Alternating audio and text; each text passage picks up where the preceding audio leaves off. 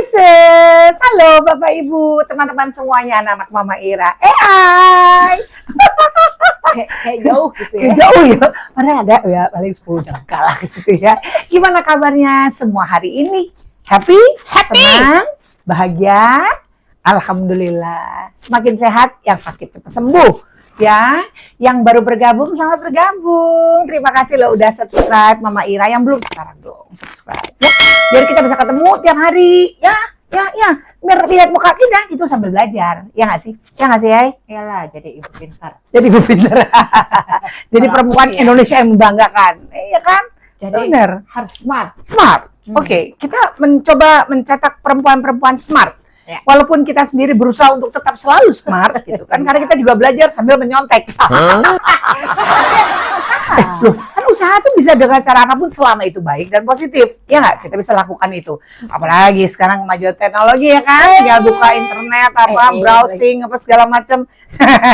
Senang banget ya saya. Tapi by the way, Baswe, saya sudah seperti pramugari pesawat tempur belum? Udah pesawat tempur. Pesawat tempur. Orang kalau pramugari kan cantik ya. Di depan, halo. Ini selamat datang di pesawat apa ini? Oh, saya di pesawat tempur. Gitu. Ketawa. Udah, ya kalau gitu. Kenapa tamu kita hari ini senang banget? Kenapa saya membahas tentang bagaimana kita so happy today gitu? Karena pengen banget sharing, lagi-lagi ngobrol lagi ya tentang inner child. Tahu nggak inner child apa? Apa sih? Inner child itu. Makanya aku pengen tanya. Inner child itu adalah jiwa kita waktu kekanak-kanakan, jiwa kekanak-kanakan kita gitu. Oh, jadi pernah denger dong pasti. Inner child ya, memori masa kecil. Ya, bisa memori masa kecil. Jadi sifat kekanak-kanakan yang ada dalam diri. Kebawa sampai sekarang. Iya dong. Emang ya nggak pengen main apa Iya, gitu? aku pengen serodotan. Serodotan? Rosotan maksudnya? Ya kalau di Sunda mah serodotan. Oh iya, mohon. Serodotan ya. Kalau nggak ini ayunan. Ayunan. Oh, Mama Ira juga pengen. Saya juga pengen. Kali teman-teman juga pengen. Kalau nggak cungkelik cungkedang.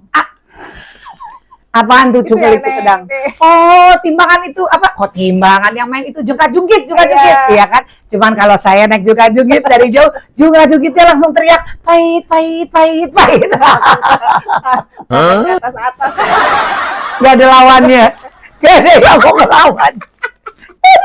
Udahlah. We're talking about inner child. Aduh, ini satu topik yang menarik banget sih ya. Mari kita sama-sama belajar gitu. Mungkin sudah tahu atau mungkin ada yang lebih tahu daripada saya. Tapi mari kita ngebahas sesuatu yang sangat-sangat simpel aja. Inner child adalah sifat kekanak-kanakan yang ada dalam diri kita. Percaya atau tidak, kita sadari atau tidak, itu kita sudah melakukan hampir setiap hari loh.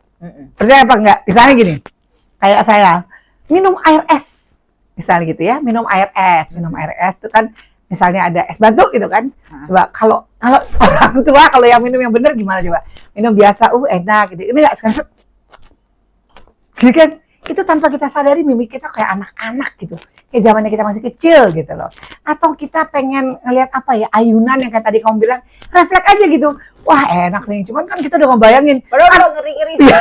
Ngeri-ngeri sedep. Coba bayangin kalau kita anak-anak kecil, dia mau main ice skating gitu. Apa kan dia nggak pernah pikirin, Kik. Mau main sepatu roda mana pikirin kalau misalnya, wah nanti saya jatuh. Nah, emangnya kita sekarang, dulu enggak. Sekarang, taruh, ini kaki mana dulu? Tapi itulah ya yang mendorong kita untuk melampiaskan keinginan, mengeluarkan sifat kekanak-kanakan kita. Atau misalnya menggambar gitu kan. Kamu senang menggambar kan? Oh, saya pinter gambar. Coba dilihat koleksi baju-baju kita. Aparel 291K itu kalau ada jaket-jaket ya di IG kita tuh jaket-jaket yang digambar-gambar itu gambarannya AI itu langsung nggak pakai pola langsung aja begitu. Kalau saya standar gunung, sawah, matahari. Ada bubuk deh. Kayak gambar SD. Gambar SD betul. Kalau nggak pantai bener nggak Bu Kika yang pakai itu yang ada pohon kelapanya. Oke, sebelum kita lanjut jangan lupa ya sekali lagi saya ingatkan semuanya subscribe dulu ya, subscribe. Terus kalau mau kasih ide, kalau mau kasih komentar, masukan kritik membangun, boleh loh. Langsung aja ya komentarnya ditulis di kolom komen kita atau langsung DM. Biasanya Mama Ira baca kok, saya selalu baca kok DM-nya ya. Balas terus satu persatu, mau di TikTok mau di mana pokoknya saya balas. Oke, yuk kita lanjut lagi.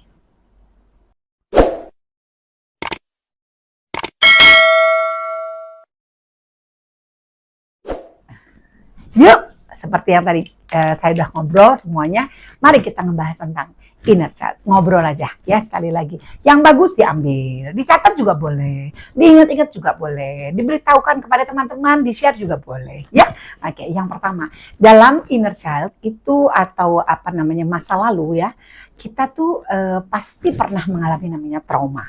Nah, kalau kita bicara soal trauma, itu berhubungan dengan mental kita, ya mental issue yang ada dalam diri kita. Nah, kalau inner child itu terbagi. Kalau tadi kan kita bicara soal yang senang-senang, kita pernah ngebayangin pergi sama orang tua kita kemana, main sama kita, kakak kita seperti apa, dan lain sebagainya. Pertemanan di lingkungan kita, ya kan, pernah ngapain aja. Yang pernah melekat itu tidak menimbulkan trauma yang sampai menyinggung ke mental kita dan sebagainya. Itu termasuk inner child yang bagus. Ya, oke. Tapi lebih banyak. Konon ceritanya ada yang inner child terluka. Ini yang akan kita coba obrolin ya satu persatu. Yang pertama, ciri-ciri khasnya inner child yang terluka itu adalah sering mengkritik diri sendiri. Gitu. Jadi misalnya gini AI, kalau misalnya kayak misalnya kita gitu ya segala macam, jadi nggak percaya diri gitu, kayaknya lebih ansos gitu, kayak orang yang nggak mau aja gitu kayaknya. Iya, nggak cuman ya selain grumpy, terus yang kalau lihat orang tuh kayaknya enggak deh kayaknya gue jauh aja deh, gue kan orangnya terlalu gini, gue terlalu bukan cuman introvert tapi dia lebih yang nggak gue pasti nggak bisa, terus nggak berani lihat mata orang, menatap tuh nggak bisa, nggak berani, jadi lebih banyak udahlah gue cuma segini aja gitu. Sekali ya. Iya, faktor kecemasan yang berlebihan itu juga bisa ya. Jadi selalu mengkritik, malu mengungkapkan perasaan gitu. Kalau kita tuh kalau nggak suka gitu ya kan kita ngomong, aduh gue nggak suka nih atau I'm so happy gitu kan ekspresif ya, bener nggak sih? Tapi kalau ini lebih banyak karena itu tadi faktor trauma yang berlebihan. Jadi dia menutup diri, terus sifatnya lebih cenderung kayak apa ya? Hampir tidak berani untuk menatap lawan bicara. Dia malu mengungkapkan perasaan apa yang dia rasakan itu malu atau enggak deh gitu. Lebih banyak kalau kita bilang apa dulu ansos ya. Ansos gitu. Terus kalau lihat orang bawaannya serba khawatir, cemas, curigaan, berlebihan gitu. Yang understand? Gitu. Jadi ya ini coba ya Bapak Ibu teman-teman semuanya ya, coba anak-anak mama kita dari sekarang nih kita coba untuk reflect kepada our own. Yang lagi adalah ya selain kamu tahu tadi cemas ya AI gitu ya. Berikutnya lagi adalah gini, kalau orang tuh setiap orang punya namanya comfort zone. Iya kan? Saya comfort zone pada saat saya sedang melakukan aktivitas saya. Aktivitas sehari-hari, entah itu berhubungan dengan aktivitas karir atau keseharian gitu ya. Dan saya merasa nyaman dengan keliling saya. Ya kan? Oke, saya nyaman. Tiba-tiba atau misalnya kita bekerja di satu tempat, orangnya itu aja, bertahun-tahun itu. Tiba-tiba ada masuk satu orang baru. Satu orang baru, entah itu dia lebih junior dari kita atau lebih senior daripada kita, atau junior tapi memiliki kedudukan serta kapasitas yang lebih daripada kita, skillnya lebih bagus. Kita ada merasa kayak terancam, kayak ada threaten. Nah, itu kita merasa terganggu, karena kita sudah biasa comfort zone gitu, sudah nyaman dengan comfort zone kita. Jadi kalau misalnya si anak baru yang membawa inovasi baru, ya apapun juga, ya lompatan baru. Nah, biasanya jeleknya adalah timbul yang namanya bullying. Karena tidak mau comfort zone-nya terganggu, akhirnya siapapun yang ada di dalam lingkungan itu mempengaruhi satu dengan yang lain untuk memberikan refleks negatif, gitu, respons negatif terhadap orang baru. Ini contoh pekerjaan saja, bisa terjadi, bisa tidak. Tapi biasanya orang-orang yang comfort zone-nya tidak mau keluar dari comfort zone itu pengertiannya gini, kalau kita tuh udah kita bangun tidur pagi, duduk pas segala macam, kita nggak melakukan apapun, kita duduk aja di pojokan, ya sudah begitu, rutinitas, ya kan? Kenapa? Dia selalu mencari dirinya untuk berlindung dalam tanda kutip di dalam zonanya dia.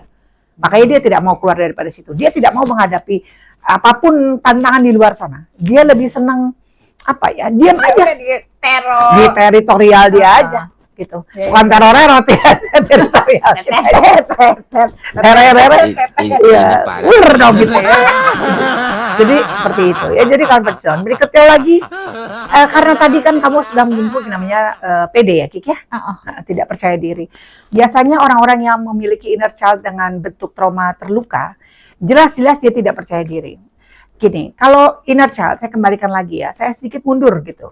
Inner child yang terluka itu banyak sekali penyebabnya. Bisa karena mental abusement, bisa karena fisik atau emotional abusement itu tadi, mental atau emotional, fisik abusement atau sexual abusement. Atau verbal ya? Verbal itu tadi saya bilang namanya mental abusement. Misalnya dibully Lewat segala macam. kata-kata. Bisa. Jadi karena terlalu sering menghadapi itu semua, akhirnya kan kita ini sebagai manusia kan sebetulnya memiliki kapasitas yang sama dengan orang lain bila mana kita mau explore apa yang kita punya, right? Oke. Tapi kalau misalnya kita sendiri merasa tidak yakin apa yang kita miliki, plus ditambah lagi dengan banyaknya bully atau banyaknya tekanan yang tidak baik dari luar, itu percaya diri kita menjadi semakin hilang. Gitu. Makanya kalau saya sarankan atau sampaikan kepada Bapak Ibu dan teman-teman anak-anak Mama Ira, kita harus percaya diri. Percaya diri itu membuat diri kita semakin dihargai orang. Iya kan? Jangan dilihat dari, kalau kita mau percaya diri itu tidak perlu dilihat dengan, wah saya adalah orang kaya, saya orang miskin. Enggak ada, tidak ada urusan itu embel-embel. Percaya diri come up dari kita punya diri kita sendiri. Semakin kita percaya diri, semakin kita nyaman bertemu dengan banyak orang. Gitu ya. Nah, jadi percaya diri itu akan menjadi hambatan bila mana kita mengalami inner child yang terluka, gitu ya. Oke. Lalu kita masukin lagi tidak merasa diindahkan. Jadi tidak merasa diindahkan itu karena kita sudah nggak pede nih AI. Akhirnya kita merasa bahwa ya udah deh ya, segini aja deh gue gitu. Udah, kalau anak sekarang, kayak sekarang tuh kayak nggak diajak marah. Enggak, maksudnya gini. Kalau nggak kayak gitu kali. Bukan kayak gitu. Kalau kita tidak diindahkan gini, apapun yang kita lakukan itu dia merasa tidak berarti atau tidak ada artinya buat orang lain gitu. Padahal belum tentu, kan orang banyak ya cara menyikapi orang lain gitu ya. Kalau ada orang berprestasi, ada yang oh selamat ya gitu. Atau misalnya dia tidak berprestasi pun orang cuma ngomong oh iya boleh dilanjutkan lagi. Tapi ini dia yang merasa ya inner child terluka. Dia yang merasa bahwa apapun yang dia lakukan itu tidak pernah diindahkan sama orang. Padahal belum tentu. Aduh ribet. Iya, ini perlu proses untuk meyakini diri dia bahwa everything will be okay gitu. Kalau kita mau terus mengembangkan atau kita mau keluar dari comfort zone yang tadi saya bilang untuk terus menggali apa yang kita miliki, gitu ya. Oke. Berikutnya apa lagi ya, AI? Satu, rasa bersalah. Rasa bersalah, yes. Kalau rasa bersalah itu kan dia pernah dapat pressure tinggi misalnya gitu. Zamannya dia kecil, entah itu abuse dari orang tuanya atau verbal yang menyakitkan dari kakak-kakaknya atau merasa apa gitu. Terus dia ada satu momen di mana dia tidak berhasil untuk mengungkapkan sesuatu atau menyelamatkan sesuatu. Nah itu yang namanya rasa bersalah gitu. Seharusnya tuh gue ada di sana, seharusnya aku tuh ada pada saat itu, seharusnya gitu. Ya understand? Ya kan? Karena itu memang it happen gitu. It could be happen to everyone. Aku jadi inget nih kalau misalnya ngomongin ini inner child. Kayak misalnya teman-teman aku ada yang ngerasa bahwa kok ya orang kok nggak pernah pride itu sama diri sendiri, selalu merasa rendah diri. Apa sih itu? Ya, itu juga salah satu. Ya, itu kita bisa lihat itu dari backstory-nya apa gitu. Bapak Ibu mungkin teman-teman yang ahli di bidangnya. Anggaplah kalau saya minta maaf kalau saya salah, tapi yang saya obrolkan kali ini tuh based on some of experience dari beberapa teman dan sahabat gitu ya. Mungkin juga termasuk dari saya, ya kan? Yang inner child itu bisa saja keluar karena satu dan lain hal, ya. Kalau inner child itu kan tadi saya bilang tanpa batas ya. Ya, terutama yang sudah progres masa remaja, dewasa kemana-mana namanya. Makanya kita bilang inner child itu kan karena Carl Jung ini kan, yang dari Swiss ini kan, konsep ini mengeluarkan pada statementnya. Nah, kalau misalnya rasa bersalah itu timbul, ya kan, ini kan disebabkan ada api, ada asap gitu ya, ya kan. Nah, ini yang sangat-sangat sulit. Rasa bersalah terjadi kepada misalnya sebuah keluarga di mana harus kehilangan anggota keluarganya, dia tidak siap, dan pada saat momen itu pun dia merasa bahwa seharusnya dia punya peran aktif, entah itu untuk menyelamatkan, untuk melakukan tindakan lebih dini dan lain sebagainya. Itu yang agak sulit gitu. Ya, itu yang sangat membekas gitu loh. Kalau orang emosian boleh? Emosional yang meledak-ledak ya. Ya. Jadi kadang-kadang Sampai orang tuh yang kayak biasa aja, tapi pas nggak berapa menit kemudian terus dia yang kayak dia yang trauma, kayak tantrum. Ya, bisa aja kali ya. Bisa aja sih kalau emosional yang meledak-ledak itu. Itu sebagian Inner dari child, ya sama. bisa gini. Bisa jadi ya, bisa jadi. Mohon maaf sekali lagi, bisa jadi. Misalnya gini, waktu zaman dia masih remaja atau dia masih kecil misalnya gitu, dia tuh nggak bisa marah gitu. Jadi dia dapat pressure gitu. Tapi dia nggak bisa. Ya. Dia tidak bisa mengungkapkan emosinya, dia tidak bisa meledak-ledak. Akhirnya tertanam terus tertimbun. Jadi akumulasi yang berlebihan dari emosional yang tertahan, emosional yang seharusnya ini akhirnya keluar aja begitu, ya kan? Rasa misalnya gini, menyalahkan orang lain misalnya gitu kan. Seharusnya dulu gini, waktu itu gini. Jadi itu bisa terungkapkan dan tanpa dia sadari dia tidak bisa kontrol emosinya. Itu emosional yang meledak-ledak. Itu bisa juga akibat dari pressure yang sudah menahun gitu. Nah, ya, yang paling sering kita ketemu adalah yang people pleaser itu loh, Kak. People pleaser yang lip service. Ya. Ya bisa jadi dia menutupi, bisa dijumpai di kota-kota besar ya. Bisa jadi karena nggak tahu ya, ini sekali lagi berdasarkan pengalaman saya. People pleaser itu kan tipikal orang yang bahasa Sanskertanya apa ya, kalau kita bilang bahasa sadisnya gitu. Terlalu banyak ngomong lo. Terlalu banyak bacot enggak ya? Enggak, kalau enggak gitu. Jadi lebay aja gitu maksudnya. Iya. Kamu cantik, kamu selalu ini, kamu ini gini. Gitu ya, pada saat orang seperti itu ada yang diajak ngomong merasa senang gitu. Pas udah diajak ngomong gitu langsung ada yang merasa happy, ada juga merasa enggak, lu too much gitu, ya kan? Itu ya. Tapi saya mau tanya sebetulnya, Bapak Ibu mungkin sama sahabat-sahabat yang mendalami ilmu psikologi atau kejiwaan, memang kalau misalnya people pleaser itu dia part of dari inner child-nya disebabkan karena apa yang sesungguhnya ya? Coba kalau saya boleh tanya, apakah dia memang menutupi kekurangan diri dia gitu, sehingga dia coba untuk memuji, atau karena ya traumanya karena apa gitu kan? Ya nggak sih? Kan dia kan kalau people pleaser tuh seharusnya memberikan efek yang menyenangkan kan bagi orang lain kan? Seharusnya. Tapi kalau orang yang lebay itu atau memberikan pujian yang berlebihan atau mungkin hanya lip service aja, no action talk only katanya orang gitu kan, atau apa, itu pasti ada ya. Nanti kita coba tanyakan, mungkin Bapak Ibu, teman-teman semua atau anak-anak mama yang mengerti tolong dijawab ya. Kalau yang belajar psikolog ya. Iya, oke. Psikologi. Tadi percaya diri berhubungan dengan kepercayaan diri ya. Percaya diri berhubungan dengan kepercayaan diri dan rendah diri. Percaya diri dan rendah diri. Rendah diri sama rendah hati beda loh. Ya kan? Anak-anak kita suka salah ngomong ya. Dia rendah hati, berarti kita terpuji ya, dia baik gitu. Tapi kalau rendah diri, ini yang paling susah. Itu lagi-lagi berproses. Rendah diri itu orang-orang yang sama sekali tidak percaya diri. Pakai apa juga, yang misalnya baju apa juga salah. Baju ini salah, baju itu salah misalnya. Atau ngerasa bahwa apapun yang dia lakukan itu tidak merefleksikan yang diharapkan gitu. Jadi ini nggak boleh. Kalau rendah diri itu perlu dipacu dengan berbagai macam kegiatan yang positif. Coba lakukan sesuatu, entah itu mau ambil kelas untuk apa sih kalau kita bilang kelas kayak kepribadian. Ya, kelas kepribadian itu kan berhubungan dengan nantinya pada akhirnya terhadap self esteem, confidence dan lain sebagainya. Jadi suatu saat kayak gue bisa kalau misalnya ya enggak. How mana Mas? Kalau instan gitunya? Oke, emosional sudah oke. Nah, yang terakhir mungkin saya bilang adalah no. Susah sekali menyebutkan tidak gitu. Ini trauma juga gitu. Jadi sudah terbiasa diposisikan penekanan terhadap kalimat iya. Jadi akan beda dengan orang-orang yang kalau kita bilang, kemarin kita sudah bahas kan, ada beberapa hal yang harus bicara iya, bisa ngomong tidak. Tapi ini selalu bilang tidak gitu. Terlalu pressure tinggi, emosionalnya dia, disakiti, ya kan?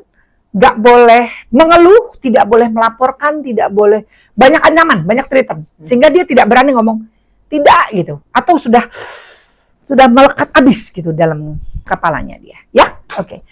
Jadi kalau Bapak Ibu boleh saya rangkum, inner child itu tadi adalah kondisi di mana sifat kekanak-kanakan kita selalu ada dalam diri kita sebagai orang dewasa, gitu ya. Dan berikutnya juga kita boleh menikmati inner child kita selalu mengingat yang bagus-bagusnya aja gitu. Sebentar, nih AI agak-agak susah ya, maksudnya begini AI.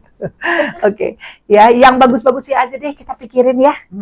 Yang punya inner child terluka, seperti yang tadi kita sudah bahas, bisa banyak membaca dari berbagai sumber. Mudah-mudahan bisa membantu bagaimana menghandle-nya, bagaimana how to control it, dan lain sebagainya. Jadi mudah-mudahan pembicaraan saya kali ini berkenan di hati semuanya. Ambil yang baik, hapus aja yang nggak bagus ya. Yang penting kita jumpa tiap hari.